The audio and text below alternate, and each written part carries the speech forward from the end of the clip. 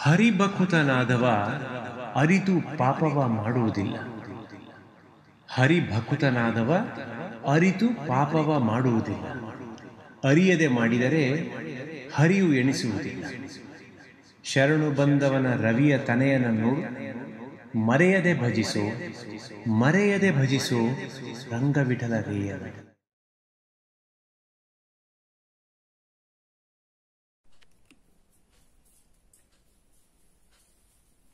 ಶ್ರೀ ಗುರುಭ್ಯೋ ನಮಃ. ಪರಮಗುರುಭ್ಯೋ ನಮಃ. ಶ್ರೀಮದಾನಂದ ತೀರ್ಥ ಭಗವತ್ಪಾದಾಚಾರ್ಯ ಗುರುಭ್ಯೋ ನಮಃ. ಹರಿ ಓಂ. ಜಯತಿ ಹರಿರಚಿಂತ್ಯ ಸರ್ವದೇವೈಕವಂದ್ಯಃ ಪರಮಗುರುರಭೀಷ್ಟಾವಾಪ್ತಿರಸ್ಸಜ್ಜನಾನಾಂ ನಿಖಿಲ ಗುಣಗಣಾರ್ಣೋ ನಿತ್ಯ ನಿರ್ಮುಕ್ತ ದೋಷಃ ಸರಸಿ ಜನಯನೌತೋ ಶ್ರೀಪತಿರ್ಮಾನದೋ ನಃ. ಯಸ್ಯಾ ಕಟಾಕ್ಷಮಾತ್ರೇಣ ಬ್ರಹ್ಮರುದ್ರೇಂದ್ರ ಪೂರ್ವಕಾಃ ಸುರಾಃ ಸ್ವೀಯ ಪದಾನ್ಯಾಪುಃ ಸಾ ಲಕ್ಷ್ಮೀರ್ಮೇ ಪ್ರಸೀದತು. ಧರ್ಮ ವಿಜ್ಞಾನ ವೈರಾಗ್ಯ ಪರಮೈಶ್ವರ್ಯಚಾಲಿನಃ ಆನಂದತೀರ್ಥ ಭಗವತ್ಪಾದಾನ್ ವಂದೇ ನಿರಂತರಂ. ಯಸ್ಯ ವಾಕ್ ಕಾಮಧೇನುರ್ನಃ ಕಾಮಿತಾರ್ಥಾನ್ ಪ್ರಯಚ್ಛತಿ ಸೇವೇತಂ ಜಯ ಯೋಗೀಂದ್ರಂ ಕಾಮಬಾಣಚ್ಛಿದಂ ಸದಾ. ಆಪಾದಮೂಲಿ ಪರ್ಯಂತಂ ಗುರೂಣಾಂ ಆಕೃತಿಂ ಸ್ಮರೇತ್ ತೇನ ವಿಘ್ನಾಃ ಪ್ರಣಶ್ಯಂತಿ ಸಿದ್ಧ್ಯಂತಿ ಚ ಮನೋರಥಾಃ. ಶ್ರೀ ಗುರುಭ್ಯೋ ನಮಃ. ಹರಿ ಓಂ. ಮಹಾನುಭಾವರಾದ ಶ್ರೀಪಾದರಾಜರ ಆರಾಧನೆಯ ಅಂಗವಾಗಿ ಶ್ರೀಪಾದರಾಜರ ಮಠದ ಸ್ವಾಮಿಗಳವರು ವಿಶೇಷವಾಗಿ ಜ್ಞಾನದ ಪ್ರಸಾರವಾಗಬೇಕು ಅಂತನ್ನುವುದಕ್ಕೋಸ್ಕರವಾಗಿ ಈ ಅದ್ಭುತವಾದ ಅವರ ಆರಾಧನೆಯ ಈ ಸಂದರ್ಭದಲ್ಲಿ ಅನೇಕ ವಿದ್ವಾಂಸರುಗಳಿಂದಾಗಿ ಶ್ರೀಪಾದರಾಜರ ಅನೇಕ ತರಹದ ಕೃತಿಗಳ ಮೇಲೆ ಉಪನ್ಯಾಸ ಮಾಲಿಕೆಯನ್ನ ಏರ್ಪಾಡು ಮಾಡಿದ್ದಾರೆ. ಅದರಲ್ಲಿ ನಾನೊಬ್ಬ ನನಗೆ ಕೊಟ್ಟ ವಿಷಯ ಶ್ರೀಪಾದರಾಜರ ಕೃತಿ ಉತ್ತಮರ ಸಂಘವನ್ನು ಎನಗಿತ್ತು ಸಲಹೋ ಎನ್ನುವ ಅದ್ಭುತವಾದ ಕೃತಿ.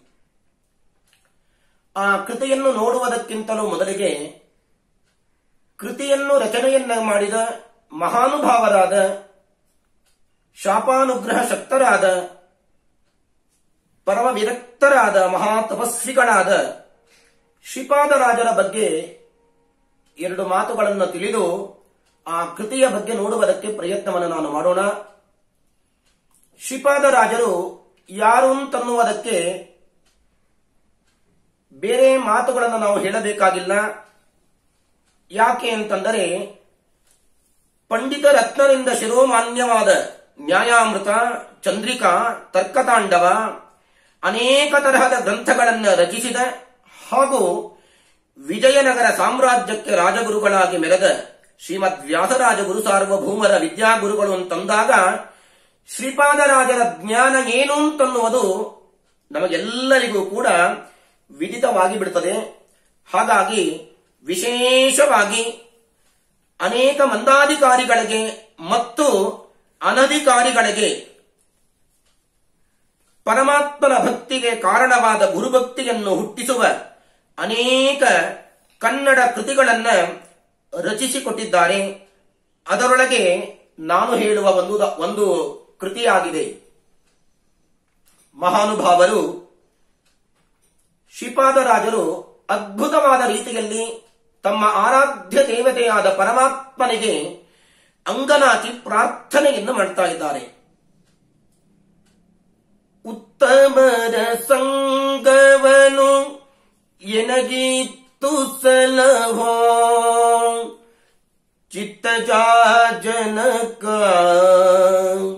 ಮುರವೈರಿ ಶ್ರೀಕೃಷ್ಣ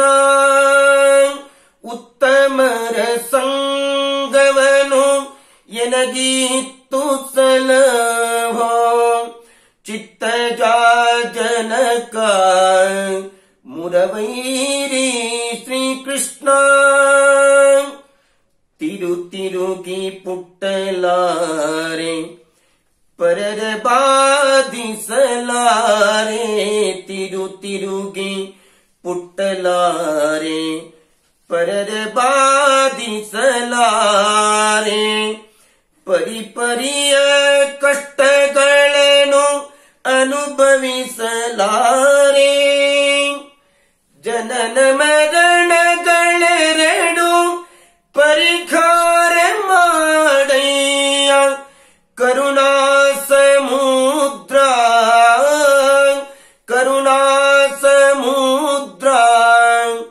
ಮುರವೈರಿ ಶ್ರೀಕೃಷ್ಣ ಉತ್ತಮರ ಸಂಗವನು ಎನಗೀತ್ತು ಸಲವೋ ಚಿತ್ತಜ ಜನಕ ಮುರವೈರಿ ಶ್ರೀಕೃಷ್ಣ ಎಂಬುದಾಗಿ ಮಹಾನುಭಾವರಾದ ಶ್ರೀಪಾದರಾಜರು ಜಗನ್ನಿಯಾಮಕನಾದ ಪರಮಾತ್ಮನಿಗೆ ಅಂಗಲಾಚಿ ಪ್ರಾರ್ಥನೆಯನ್ನು ಮಾಡ್ತಾ ಇದ್ದಾರೆ. ಮಹಾಜ್ಞಾನಿಗಳ ಸಮಾಗಮ, ಅವರ ಸಂಘವನ್ನು ನನಗೆ ಕೊಡು ಅಂತ ಬಹಳ ಆದರದಲ್ಲಿ ಪರಮಾತ್ಮನಿಗೆ ಪ್ರಾರ್ಥನೆಯನ್ನು ಮಾಡ್ತಾ ಇದ್ದಾರೆ. ಇದನ್ನು ನೋಡುವಾಗ ಉತ್ತಮರು ಯಾರು ಅಂತನ್ನುವುದು ಮೊಟ್ಟ ಮೊದಲಿಗೆ ನಾವು ತಿಳಿದುಕೊಳ್ಳಬೇಕಾಗಿದೆ. ಶ್ರೀಪಾದರಾಜರ ಮಾತುಗಳನ್ನು ನಾವು ತಿಳಿಯಬೇಕಾಗಿದ್ದರೆ ಎಲ್ಲಾ ಗ್ರಂಥಗಳ ಜ್ಞಾನ ಇದ್ದವರಿಗೆ ಮಾತ್ರ ಶ್ರೀಪಾದರಾಜರ ಕೃತಿಗಳನ್ನ ಅವಲೋಕನವನ್ನು ಮಾಡಿ ಅದರ ಅರ್ಥವನ್ನು ಹೇಳುವುದಕ್ಕೆ ಏನಾದರೂ ನಮಗೆ ದಾರಿ ಸಿಗುತ್ತದೆ.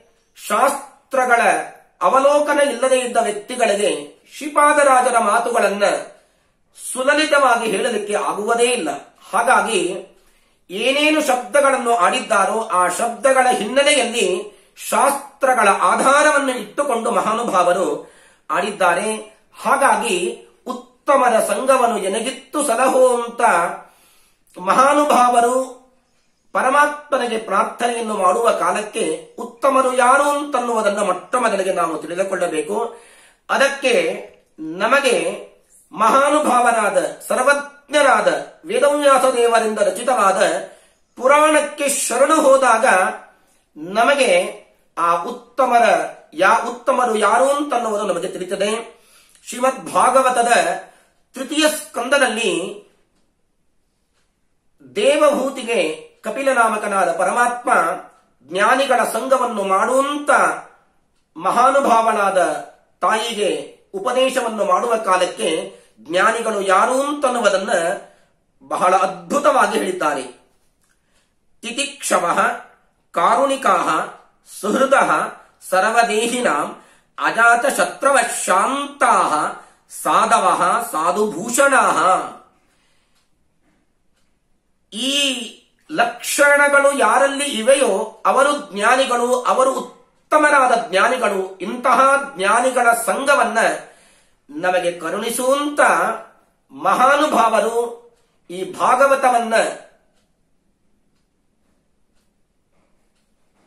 ಉದಾಹರಣೆಯಾಗಿ ಇಟ್ಟುಕೊಂಡು ಅದ್ಭುತವಾಗಿ ಆ ಮಾತುಗಳನ್ನು ಆಡಿದ್ದಾರೆ. ಇದೇ ಮಾತನ್ನ ಋಷಭನಾಮಕನಾದ ಪರಮಾತ್ಮ ತನ್ನ ಮಕ್ಕಳಿಗೆ ಉಪದೇಶವನ್ನು ಮಾಡುವ ಕಾಲಕ್ಕೆ ಇದೇ ಮಾತನ್ನೇ ಹೇಳುತ್ತಾನೆ. ಪರಮಾತ್ಮನೇ ಹೇಳಿದ ಮಾತು. ಮಹಾಂತಸ್ತೆ ಸಮಚಿತ್ತಾಃ ಪ್ರಶಾಂತಾಃ ವಿಮನ್ಯವಃ ಸುಹೃದ ಸಾಧವೋಯೇ. ಹಾಗಾಗಿ ಮಹಾಜ್ಞಾನಿಗಳ ಸಂಘವನ್ನ ನನಗೆ ಕರುಣಿಸುವಂತ ಪ್ರಾರ್ಥನೆಯನ್ನು ಮಾಡ್ತಾ ಇದ್ದಾರೆ. ಮಹಾಜ್ಞಾನಿಗಳ ಸಂಗಮವಾಗಬೇಕಾಗಿದ್ದರೂ ಕೂಡ ಜನ್ಮ ಜನ್ಮಾಂತರದ ಪುಣ್ಯ ಇದ್ದವರಿಗೆ ಮಾತ್ರ ಜ್ಞಾನಿಗಳ ಸಮಾಗಮ, ಅವರ ದರ್ಶನ ನಮಗೆ ಆಗ್ತದೆ ಅಂತನ್ನುವುದನ್ನ ಪದ್ಮಪುರಾಣದಲ್ಲಿ ಸನಕಾದಿಗಳನ್ನು ಕುರಿತು ನಾರದರು ಹೇಳುವ ವಚನವನ್ನು ಕಂಡಾಗ ಮೈ ರೋಮಾಂಚನವಾಗ್ತದೆ.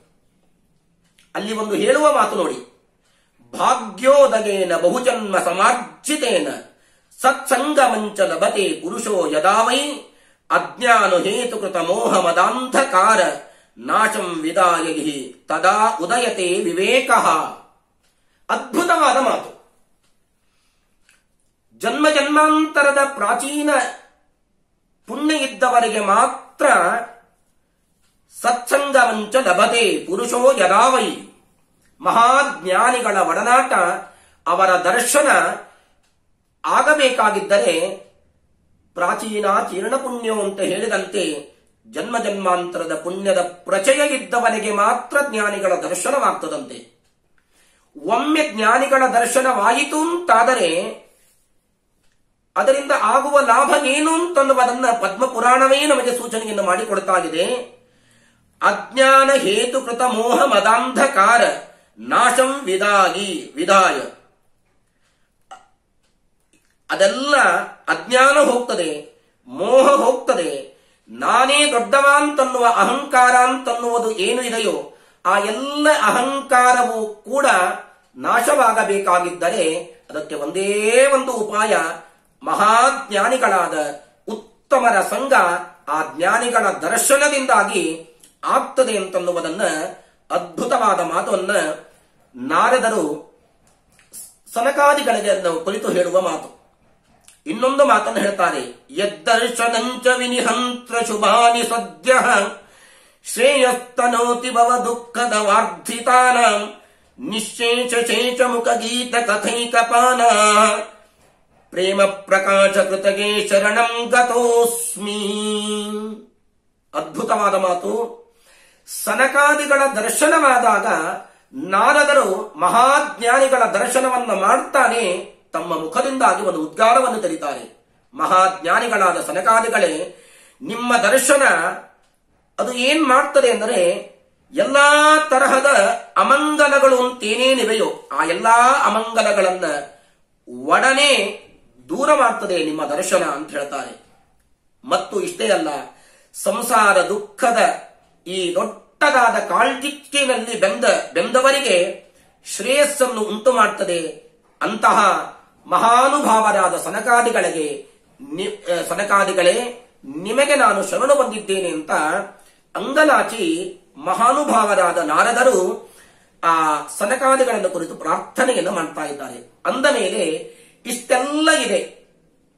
ಅಜ್ಞಾನ ಹೋಗ್ತದೆ, ಅಹಂಕಾರ ಹೋಗ್ತದೆ, ಮೋಹ ಹೋಗ್ತದೆ, ನೂರಾರು ತರಹದ ದೋಷಗಳು ಆ ಪರಮಾತ್ಮನ ಅಂತರಂಗ ಭಕ್ತರಾದ ಮಹಾಜ್ಞಾನಿಗಳ ದರ್ಶನದಿಂದಲೇನೆ ಹೋಗ್ತದೆ ಅಂತಂದ ಮೇಲೆ ಆ ಉತ್ತಮರ ಸಂಘವನ್ನ ನನಗೆ ಯಾವಾಗಲೂ ಕೊಡುವಂತ ಮಹಾನುಭಾವರಾದ ಶ್ರೀಪಾದರಾಜರು ಪರಮಾತ್ಮನಿಗೆ ಪ್ರಾರ್ಥನೆಯಿಂದ ಮಾಡ್ತಾ ಇದ್ದಾರೆ. ಮತ್ತೊಂದು ಕಡೆಗೆ ಹೇಳ್ತಾರೆ, ಗರುಡ ಪುರಾಣದಲ್ಲಿ ಅದ್ಭುತವಾದ ಒಂದು ಮಾತು ನಮಗೆ ತಿಳಿದು ಬರುತ್ತದೆ. ಆ ಮಾತಿನಲ್ಲಿ ತಿಳಿಯುವುದಾಗಿದ್ದರೆ, ಬಾಹ್ಯವಾದ ಕಣ್ಣುಗಳು ನಮಗೆ ಕಣ್ಣುಗಳೇ ಅಲ್ಲ ಅಂತ ಹೇಳ್ತಾರೆ. ಹಾಗಾಗಿ ಶಾಸ್ತ್ರದ ದೃಷ್ಟಿಯಲ್ಲಿ ಯಾವುದು ಕಣ್ಣು ಅಂತ ತಿಳಿಯಬೇಕಾಗಿದ್ದರೆ ನಮಗೆ ನಾವು ಪುರಾಣಕ್ಕೆ ಶರಣು ಹೋದಾಗ ನಮಗೆ ಗೊತ್ತಾಗ್ತದೆ. ಅದು ಸತ್ಸಂಗಶ್ಚ ವಿವೇಕಶ್ಚ ನಿರ್ಮಲಂ ನಯನದ್ವಯಂ ಅಂತ ಹೇಳ್ತಾರೆ. ಬಾಹ್ಯವಾದ ಕಣ್ಣುಗಳೇ ಅಲ್ಲ. ಹಾಗಾದರೆ ಶಾಸ್ತ್ರದ ನಿಟ್ಟಿನಲ್ಲಿ ಕಣ್ಣುಗಳು ಯಾವುದು ಅಂತ ನಾವು ತಿಳಿಯಬೇಕಾಗಿದ್ದರೆ ಎರಡು ಕಣ್ಣುಗಳಂತೆ, ಒಂದು ಸತ್ಸಂಗ, ಇನ್ನೊಂದು ವಿವೇಕ. ಇದು ನಿರ್ಮಲಂ ನಯನದ್ವಯಂ ಅಂತ ಗರುಡ ಪುರಾಣ ನಮಗೆ ಚೆನ್ನಾಗಿ ನಮಗೆ ತಿಳಿಸಿಕೊಡುತ್ತದೆ. ಹಾಗಾಗಿ ನಿಜವಾದ ಕಣ್ಣು ಅಂತಂದರೆ ಆ ಸಜ್ಜನರ ಸಂಘ, ಉತ್ತಮರ ಸಂಘ, ಅದನ್ನು ಕೊಟ್ಟು ನನ್ನನ್ನು ಉದ್ಧಾರವನ್ನು ಮಾಡು ಅಂತ ಹೇಳ್ತಾರೆ. ಮಹದ್ಭಿ ಸಹ ಕರ್ತವ್ಯ ಸಂತಹ ಸಂಘಸ್ಯ ಭೇಷಜಂ ಅಂತ ಅಲ್ಲಿ ಪುರಾಣದಲ್ಲಿ ಹೇಳುವ ಕಾಲಕ್ಕೆ ಆ ಸಂಘವನ್ನೇ ನೀನು ಮಾಡುವುದಾಗಿದ್ದರೆ ಒಬ್ಬರ ಸಂಘವನ್ನು ಮಾಡು, ಸಂತ ಸಂಘಸ್ಯ ಭೇಷಜಂ. ಹಾಗಾಗಿ ಈ ಎಲ್ಲ ಮಾತುಗಳ ಆಧಾರದಲ್ಲಿ ಶ್ರೀಪಾದರಾಜರು ಆ ಮಹಾನುಭಾವನಾದ ಚಿತ್ತದ ಜನಕನಾದ ಪರಮಾತ್ಮನಿಗೆ ಅಂಗಲಾಚಿ ಪ್ರಾರ್ಥನೆಯನ್ನು ಮಾಡ್ತಾ ಇದ್ದಾರೆ. ಅಂದ ಮೇಲೆ ಆ ಜ್ಞಾನಿಗಳ ದರ್ಶನಕ್ಕೆ ಎಷ್ಟು ಮಹತಿಯನ್ನು ಕೊಟ್ಟಿದ್ದಾರೆ. ಅಂತೆಯೇ ವಿಜಯದಾಸರು ಪರಮಾತ್ಮನನ್ನು ಕುರಿತು ಅದ್ಭುತವಾದ ಪ್ರಾರ್ಥನೆಯನ್ನು ಮಾಡುವ ಕಾಲಕ್ಕೆ ತಿರುಪತಿಯ ತಿಮ್ಮಪ್ಪನಿಗೆ ಪ್ರಾರ್ಥನೆಯನ್ನು ಮಾಡ್ತಾರೆ. ನಿನ್ನ ದರುಶನಕ್ಕೆ ಬಂದವನಲ್ಲವೋ ಸ್ವಾಮಿ, ಪುಣ್ಯವಂತರ ದಿವ್ಯ ಚರಣ ನೋಡಲು ಬಂದೆ, ಮಹಾಪುಣ್ಯವಂತರ ದಿವ್ಯ ಚರಣ ನೋಡಲು ಬಂದೆ. ವಿಜಯದಾಸರು ಮಹಾನುಭಾವರು ಈ ಪ್ರಾರ್ಥನೆಯನ್ನ ಮಾಡಬೇಕಾಗಿದ್ದರೆ ಮಹಾಜ್ಞಾನಿಗಳ ದರ್ಶನಕ್ಕೆ ಎಷ್ಟು ಮಹತಿಯನ್ನು ಪರಮಾತ್ಮ ಕೊಟ್ಟಿದ್ದಾನೆ ಅಂತನ್ನುವುದು ನಮಗೆ ಗೊತ್ತಾಗ್ತಾ ಇದೆ. ಹಾಗಾಗಿ ಆ ಜ್ಞಾನಿಗಳ ದರ್ಶನ ಉತ್ತಮದ ಸಂಘವನ್ನ ನಮಗೆ ಕೊಡುವಂತ ಪ್ರಾರ್ಥನೆಯನ್ನು ಮಾಡ್ತಾ ಇದ್ದಾರೆ. ಇನ್ನೊಂದು ಕಡೆಗೆ ನಾವು ನೋಡುವಾಗ ಪರೀಕ್ಷಿನ್ ಮಹಾರಾಜರು ಪ್ರಾಯೋಪವೇಶಕ್ಕೆ ಕುಳಿತಾಗ ಕರ್ಮಧರ್ಮ ಸಂಯೋಗದಿಂದಾಗಿ ಜನ್ಮಾಂತರದ ಪುಣ್ಯದಿಂದಾಗಿ ಅವನು ಕುಳಿತ ದೇಶಕ್ಕೆ ಮಹಾಜ್ಞಾನಿಗಳು ತಂಡೋಪತಂಡವಾಗಿ ಬರ್ತಾ ಇದ್ದಾರಂತೆ.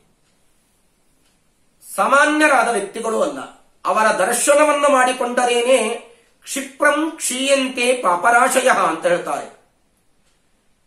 ಹಾಗಾಗಿ ಅಂತಹ ಮಂತ್ರದ್ರಷ್ಟಾರರಾದ ಮಹಾಜ್ಞಾನಿಗಳು ಎಲ್ಲರೂ ಕೂಡ ಏಕಕಾಲಕ್ಕೆ ಬಂದಾಗ ಆ ಮಹಾನುಭಾವರಾದ ಜ್ಞಾನಿಗಳಿಗೆ ಎದ್ದು ನಿಂತು ಸಾಷ್ಟಾಂಗ ನಮಸ್ಕಾರವನ್ನು ಮಾಡ್ತಾ ಇದ್ದಾನೆ ಪರೀಕ್ಷಿನ್ ಮಹಾರಾಜರು. ಒಂದೇ ಮಾತನ್ನ ಹೇಳ್ತಾನೆ, ಪ್ರಾಯೇಣ ತೀರ್ಥಾದಿಗಮಾಪದೇಶೈಹಿ ಸ್ವಯಂ ಹಿ ತೀರ್ಥಾನಿ ಪುನಂತಿ ಸಂತಃ. ಮಹಾನುಭಾವರು ತೀರ್ಥಗಳಿಗೇನೆ ಪಾವಿತ್ರ್ಯವನ್ನು ತಂದುಕೊಡುವ ಮಹಾನುಭಾವರು ನಿಮ್ಮ ದರ್ಶನದಿಂದಾಗಿ ನಾನು ಉದ್ಧತನಾಗ್ತೇನೆ ಅಂತ ಹೇಳ್ತಾನಂತೆ. ಅಂತಹ ಅಲ್ಲಿ ಮುಂದೆ ಹೇಳುವಾಗ ಅಹೋ ಅದ್ಯವಯಂ ಬ್ರಹ್ಮನ್ ಸತ್ಸೇವ್ಯಾ ಕ್ಷತ್ರ ಬಂಧವಃ ಕೃಪಯಾ ಅತಿಥಿ ರೂಪೇಣ ಭವದ್ಭಿಸ್ತೀರ್ಥಕ ಕೃತಾಃ. ಪ್ರಥಮ ಸ್ಕಂದ ಭಾಗವತದಲ್ಲಿ ಪರೀಕ್ಷಿನ್ ಮಹಾರಾಜರು, ಪಾಂಡವರ ವಂಶದ ಕುಡಿಯಾದ ಪರೀಕ್ಷಿನ್ ಮಹಾರಾಜರು ಆ ಬಂದ ಅತಿಥಿಗಳಿಗೆ ಎಷ್ಟು ರೀತಿಯಲ್ಲಿ ಪ್ರಾರ್ಥನೆಯನ್ನು ಮಾಡ್ತಾ ಇದ್ದಾರೆ. ಕೃಪಯಾ ಅತಿಥಿ ರೂಪೇಣ ಭವದ್ಭಿಸ್ತೀರ್ಥಕ ಕೃತಾಃ ಯೇಷಾಂ ಸಂಸ್ಮರಣ ಪುಂಸಃ ಸದ್ಯಃ ಶುದ್ಧಂತಿ ವೈಗ್ರಹಾಃ. ಮಹಾಜ್ಞಾನಿಗಳೇ, ನಿಮ್ಮ ಪವಿತ್ರವಾದ ಒಂದೊಂದು ಹೆಸರನ್ನು ನಾವು ಸ್ಮರಣೆಯನ್ನು ಮಾಡಿದರೆ ನಾವು ಪುನೀತರಾಗ್ತೇವೆ. ಎಲ್ಲಾ ತರಹದ ಪಾಪಗಳು ನಿಮ್ಮ ಅದ್ಭುತವಾದ ಹೆಸರುಗಳನ್ನ ದೇವರ ಕೊಟ್ಟ ನಾಲಿಗೆಯಿಂದಾಗಿ ಸ್ಮರಣೆಯನ್ನ ಮಾಡಿದ್ದೇ ಆದರೆ ಸದ್ಯ ಶುದ್ಧಂತಿ ವೈಗ್ರಹಾಃ.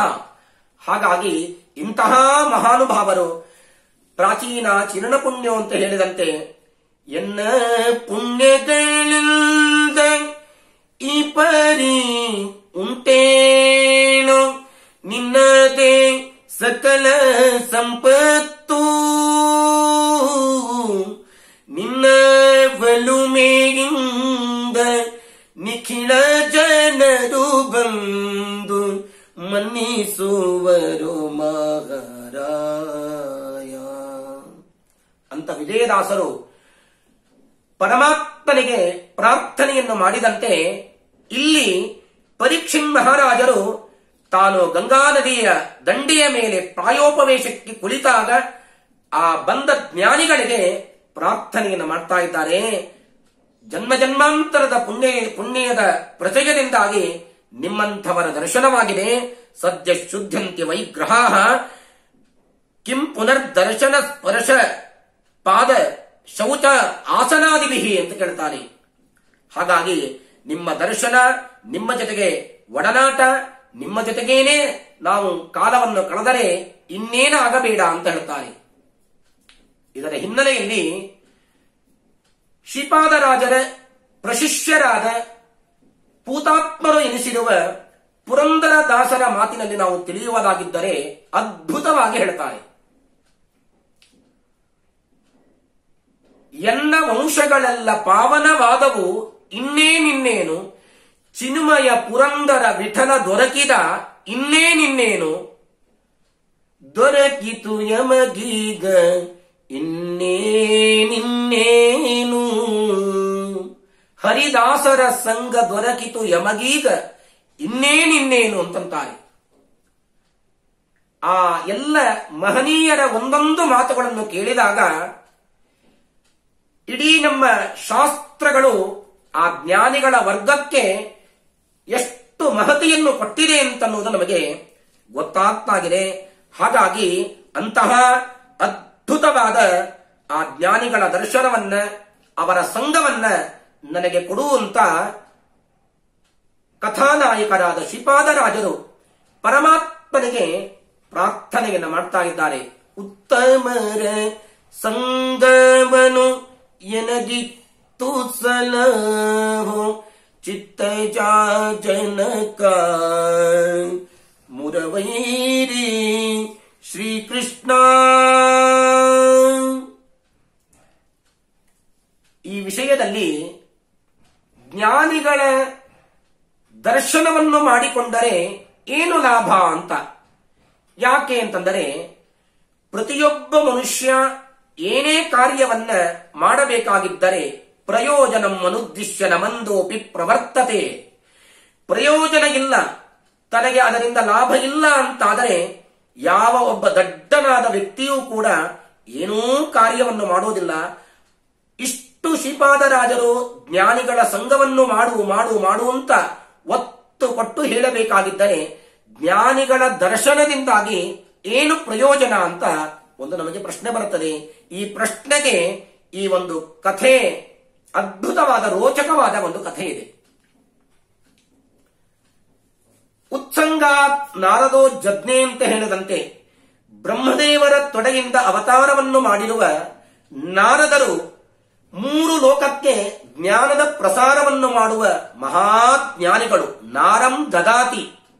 ಹಾಗಾಗಿ ಅಜ್ಞಾನದ ಪ್ರಸಾರವನ್ನೇ ತಮ್ಮ ಉಸಿರನ್ನಾಗಿ ಮಾಡಿಕೊಂಡಿರುವ ನಾರದರು ವೈಕುಂಠಕ್ಕೆ ಅಧಿಪತಿಯಾದ ಜಗನ್ನಿಯಾಮಕನಾದ ಪರಮಾತ್ಮನ ಮಂದಿರಕ್ಕೆ ಹೋಗಿ ಪರಮಾತ್ಮನ ದರ್ಶನವನ್ನು ಪಡೆದಾಗ ಒಂದು ಪ್ರಶ್ನೆಯನ್ನು ಮಾಡಿದ್ದಾರೆ. ಸರ್ವಜ್ಞನಾದ ಪರಮಾತ್ಮ ನಾರದರಿಗೆ ಕೇಳಿದ. ನಾರದ ಪರಮಾತ್ಮನಿಗೆ ಸಂಬಂಧದಲ್ಲಿ ಮೊಮ್ಮಗನೇ, ಬ್ರಹ್ಮದೇವರು ಮಗನಾಗಿದ್ದರೆ ಬ್ರಹ್ಮದೇವರ ತೊಡೆಯಿಂದ ಅವತಾರವನ್ನ ಮಾಡಿದ ನಾರದರಿಗೆ ಕೇಳ್ತಾ ಇದ್ದಾನೆ. ನಾರದ, ಮೊಮ್ಮಗ ಯಾವ ಕಾರಣಕ್ಕಾಗಿ ಬಂದದ್ದು? ಏನಿಲ್ಲ ಸ್ವಾಮಿ, ಒಂದು ಪ್ರಶ್ನೆ ಇದೆ. ಪರಮಾತ್ಮನಿಗೆ ಕೇಳಿದಾಗ ಏನದು ಪ್ರಶ್ನೆ ಅಂತ ಕೇಳಿದರು. ಪರಮಾತ್ಮ ಕೇಳಿದಾಗ ನಾರದರು ಹೇಳ್ತಾ ಇದ್ದಾರೆ, ದೊಡ್ಡವರ ದರ್ಶನದಿಂದಾಗಿ ಏನು ಲಾಭ, ಉತ್ತಮರ ಸಂಘದಿಂದಾಗಿ, ಜ್ಞಾನಿಗಳ ದರ್ಶನದಿಂದಾಗಿ ಏನು ಲಾಭವಾಗ್ತದೆ, ಈ ಪ್ರಶ್ನೆಗೆ ಉತ್ತರ ಬೇಕು ಅಂತನ್ನುವುದಕ್ಕಾಗಿ ನಾನು ಇಲ್ಲಿಗೆ ಬಂದಿದ್ದೇನೆ ಅಂತ ನಾರದರು ಪರಮಾತ್ಮನಿಗೆ ಪ್ರಾರ್ಥನೆಯನ್ನು ಮಾಡಿದಾಗ ಪರಮಾತ್ಮ ನಾರದರನ್ನು ಕುರಿತು ಹೇಳ್ತಾ ಇದ್ದಾನೆ. ಏನು ವಿಚಾರವನ್ನು ಪ್ರಾಕ್ಟಿಕಲಿ ಅದನ್ನು ತೋರಿಸ್ಲೋ ಅಥವಾ ನೇರವಾಗಿ ಪ್ರಶ್ನೆಗೆ ಉತ್ತರವನ್ನು ಹೇಳಲೇವೋ ಅಂತ, ಯಾವುದನ್ನು ಮಾಡುವಂತ ನಾರದರು ಪರಮಾತ್ಮನಿಗೆ ಪ್ರಾರ್ಥನೆಯನ್ನು ಮಾಡಿದಾಗ, ಹಾಗಾದರೆ ದೊಡ್ಡವರ ದರ್ಶನದಿಂದಾಗಿ ಏನು ಲಾಭ ಅಂತ ನೀನು ಕೇಳಿದ್ದೀಯಲ್ಲ, ನೀನು ಕೆಳಗಡೆಗೆ ಹೋಗು, ಅಲ್ಲೊಂದು ದೊಡ್ಡದಾದ ಅರಣ್ಯದ ಮಧ್ಯದಲ್ಲಿ ಒಂದು ಓತಿ ಕಾಟ ಇದೆ. ಓತಿ ಕಾಟಕ್ಕೆ ಹೋಗಿ ಜ್ಞಾನಿಗಳ ದರ್ಶನದಿಂದಾಗಿ ಏನು ಲಾಭ ಅಂತ ನೀನು ಪ್ರಶ್ನೆಯನ್ನು ಮಾಡು, ಅದು ನಿನಗೆ ಚೆನ್ನಾಗಿ ಉತ್ತರವನ್ನು ಕೊಡುತ್ತದೆ ಅಂತ ಪರಮಾತ್ಮ ನಾರದರಿಗೆ ಹೇಳಿದ. ಆಗಲಿ ಅಂತ ಹೇಳಿ ನಾರದರು ನೇರವಾಗಿ ಕೆಳಗಡೆಗೆ ಬಂದು ಅರಣ್ಯದ ಮಧ್ಯದಲ್ಲಿ ಬರ್ತಾ ಇದ್ದಾರೆ. ಅಲ್ಲಿ ದೊಡ್ಡದಾದ ಓತಿ ಕಾಟ ಇದೆ. ಓತಿ ಕಾಟ ಹತ್ತಿರಕ್ಕೆ ಬಂದಾಗ ಸಜ್ಜನರ, ಜ್ಞಾನಿಗಳ, ಉತ್ತಮರ ದರ್ಶನದಿಂದಾಗಿ ಏನು ಲಾಭ ಅಂತ ಕೇಳಿದ 2ನೇ ಕ್ಷಣಕ್ಕೆ ಓತಿ ಕಾಟ ಸತ್ತೇ ಹೋಯಿತು. ಉತ್ತರವೇ ಸಿಗಲಿಲ್ಲ. ಉತ್ತರವೇ ಸಿಗದೇ ಇದ್ದಾಗ ನೇರವಾಗಿ ನಾರದರು ಮತ್ತೆ ಆ ಪರಮಾತ್ಮನ ಮಂದಿರಕ್ಕೆ ಬಂದು ಪರಮಾತ್ಮ ನೀನು ಅಲ್ಲಿ ಹೋಗು ಅಂತ ಹೇಳಿದಿ, ಹೋದೆ. ಹೋದ 2ನೇ ಕ್ಷಣಕ್ಕೇನೆ ಸತ್ತೇ ಹೋಯಿತು. ಉತ್ತರ ಸಿಗಲಿಲ್ಲ ಅಂತಂದಾಗ ವಿಚಾರ ಮಾಡಬೇಡ, ಮತ್ತೊಮ್ಮೆ ಕೆಳಗಡೆಗೆ ಹೋಗು, ಅಲ್ಲೊಂದು ಗಿಳಿ ಇದೆ, ಗಿಳಿಗೆ ಹೋಗಿ ಜ್ಞಾನಿಗಳ ದರ್ಶನದಿಂದಾಗಿ ಏನು ಲಾಭ ಅಂತ ನೀನು ಕೇಳು, ಅದಕ್ಕೆ ಗಿಳಿ ಉತ್ತರವನ್ನು ಕೊಡುತ್ತದೆ ಅಂತಂದಾಗ ನೇರವಾಗಿ ನಾರದರು ಮತ್ತೆ ಆ ಒಂದು ದೊಡ್ಡದಾದ ವನದಲ್ಲಿ ಬಂದಿದ್ದಾರೆ. ವನದ ಮಧ್ಯದಲ್ಲಿ ಅದ್ಭುತವಾದ ಗಿಳಿ ಕುಳಿತಿದೆ. ಗಿಳಿಯ ಹತ್ತಿರ ಬಂದು ಜ್ಞಾನಿಗಳ ದರ್ಶನದಿಂದಾಗಿ ಏನು ಲಾಭ ಅಂತ ಕೇಳುವುದರ ಒಳಗಾಗಿ ಗಿಳಿ ಕೂಡ ತನ್ನ ಪ್ರಾಣವನ್ನ ಬಿಟ್ಟು ಬಿಟ್ಟಿದೆ.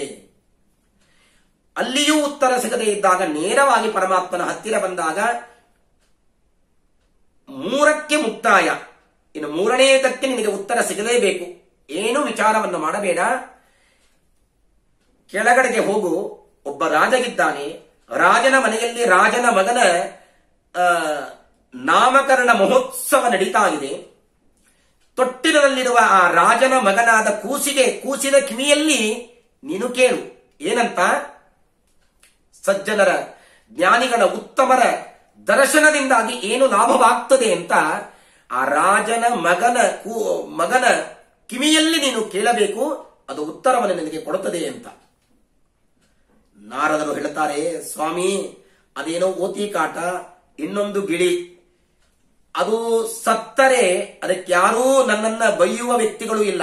ಆದರೆ ದೊಡ್ಡ ಪ್ರಸಂಗ, ಊರಿಗೆ ರಾಜ, ಎಷ್ಟೋ ವರ್ಷಗಳ ಮೇಲೆ ಅವನಿಗೆ ಮಗನಾಗಿದ್ದಾನೆ, ನಾಮಕರಣ ಮಹೋತ್ಸವ ನಡೀತಾ ಇದೆ. ತೊಟ್ಟಿಲಲ್ಲಿರುವ ಆ ಕೂಸಿನ ಕಿವಿಯಲ್ಲಿ ಹೋಗಿ ಸಜ್ಜನರ ಸಂಘದ ಲಾಭ ಏನು ಅಂತ ನೀನು ಕೇಳಿದರೆ ಈಗಾಗಲೇ 2 ಆಗಿ ಹೋಗಿದ್ದಾವ, ಸತ್ತ ಹೋಗ್ಯಾವ. ರಾಜನ ಮಗ ಸತ್ತ ಅಂತಾದರೆ ನನ್ನ ಗತಿ ಏನು ಅಂತಂದಾಗ ನೀನೇನು ವಿಚಾರವನ್ನ ಮಾಡಬೇಡ, ಅದನ್ನೆಲ್ಲವನ್ನು ನಾನು ನೋಡಿಕೋತೇನೆ ಅಂತ ಪರಮಾತ್ಮ ನಾರದರಿಗೆ. ಯಾಕೆಂದ್ರೆ ಸರ್ವರಕ್ಷಕ ಪರಮಾತ್ಮ ಇರುವಾಗ ಇನ್ನೇತರ ಭಯ ಶ್ರೀನಾಥನ ಪರಮ ಪ್ರೀತಿಯ ಪಡೆದವಗೆ ಅಂತ ಹೇಳಿದಂತೆ ಮಹಾನುಭಾವರು ನಾರದರು ನೇರವಾಗಿ ಆ ದೊಡ್ಡದಾದ ರಾಜ್ಯದಲ್ಲಿ ಪ್ರವೇಶವನ್ನ ಮಾಡಿ, ರಾಜನ ಅರಮನೆಯಲ್ಲಿ ಪ್ರವೇಶವನ್ನು ಮಾಡಿದಾಗ ಏನ್ ಅದ್ಭುತವಾದ ಬಂಗಾರದ ಆ ತೊಟ್ಟಿಲ ಮಧ್ಯದಲ್ಲಿ ಕೂಸು ಇದೆ. ಕೂಸಿನ ಕಿವಿಯಲ್ಲಿ ನಾರದರು ಬಂದು ಕೇಳ್ತಾ ಇದ್ದಾರೆ, ಸಜ್ಜನರ ಸಂಘದ ಲಾಭ ಏನು ಅಂತ ಕೇಳಿದ 2ನೇ ಕ್ಷಣಕ್ಕೇನೆ ಆ ಕೂಸು ನಾರದರಿಗೆ ಉತ್ತರವನ್ನು ಕೊಡ್ತಾ ಇದೆ ಅಂತೆ. ಸ್ವಾಮಿ, ನಾನು ಜನ್ಮಾಂತರದಲ್ಲಿ ಓತಿಕಾಟನಾಗಿ ಬಿದ್ದಿದ್ದೆ ಎಷ್ಟೋ ಜನ್ಮಗಳವರೆಗೆ. ಮಹಾಜ್ಞಾನಿಗಳಾದ ಬ್ರಹ್ಮದೇವರ ಮಕ್ಕಳಾದ ನಿಮ್ಮಂತವರ ಪರಮ ಪವಿತ್ರವಾದ ಮುಖದ ಅವಲೋಕನವನ್ನು ನಾನು ಮಾಡಿದೆ. ಅದರಿಂದಾಗಿ ನನಗೆ ಉತ್ತಮವಾದ ಜನ್ಮ ಬಂತು. ಅದು ಯಾವ ಜನ್ಮ? ಒಂದು ಅದ್ಭುತವಾದ ಗಿಳಿಯ ಜನ್ಮ ನನಗೆ ಬಂದಿದೆ. ಓತಿಕಾಟ ಜನ್ಮದಿಂದಾಗಿ ನನಗೆ ಉತ್ತಮವಾದ ಗಿಳಿಯ ಜನ್ಮ ನನಗೆ ಬಂದಿತು. ಆಗಲೂ ಕೂಡ ಮಹಾನುಭಾವರಾದ ನಿಮ್ಮಂತವರ ದರ್ಶನ ನನಗೆವಾಗಿತು. ದರ್ಶನ ಆದ 2ನೇ ಕ್ಷಣಕ್ಕೇನೆ ನನಗೆ ರಾಜನ ಮಗನಾಗುವ ದೊಡ್ಡನಾದ ಭಾಗ್ಯ ನನಗೆ ಬಂದಿತು. ಆ ಜನ್ಮದಿಂದಾಗಿ ಬಿಡುಗಡೆಯಾಗಿ ನನಗೆ ಇಂತಹ ದೊಡ್ಡದಾದ ಶ್ರೀಮಂತನಾದ ರಾಜನ ಮಗನಾಗುವ ಭಾಗ್ಯ ಬಂದಿದೆ ಅಂತಂದ ಮೇಲೆ ಇದಕ್ಕಿಂತಲೂ ದೊಡ್ಡವರ ದರ್ಶನದಿಂದಾಗಿ ಏನು ಲಾಭ ಅಂತ ಇನ್ನೇನು ಹೇಳಬೇಕು ಅಂತಂತಾನೆ. ಕಥೆಯಾಗಿ ಇರಬಹುದು, ಆದರೆ ಈ ಕಥೆಯಲ್ಲಿ ತಿರುಳು ಮಾತ್ರ ಎಷ್ಟು ಇದೆ ಅಂತಂದರೆ ಜ್ಞಾನಿಗಳ ದರ್ಶನದಿಂದಾಗಿ ಆ ಬೇಕಾದ್ದು ಆಗ್ತದೆ. ಹಾಗಾಗಿ ನನಗೆ ಅಂತಹ ಉತ್ತಮರ ಮಹಾಜ್ಞಾನಿಗಳ ಸಂಘವನ್ನ ನನಗೆ ಕೊಡುವಂತ ವಿಶೇಷವಾಗಿ ಪ್ರಾರ್ಥನೆಯನ್ನ ಮಾಡ್ತಾ ಇದ್ದಾರೆ. ಹಾಗಾಗಿ ಇನ್ನೊಂದು ಕಡೆಗೆ ಹೇಳ್ತಾರೆ, ಆ ಮಹಾನುಭಾವರಾದ ಆ ಉತ್ತಮರ ಜ್ಞಾನಿಗಳ ಸಂಘದಿಂದಾಗಿ ಅದು ಏನೇನಾಗ್ತದೆ ಅಂತನ್ನುವುದನ್ನ ಭಾರಿ ಅದ್ಭುತವಾಗಿ ಹೇಳ್ತಾರೆ.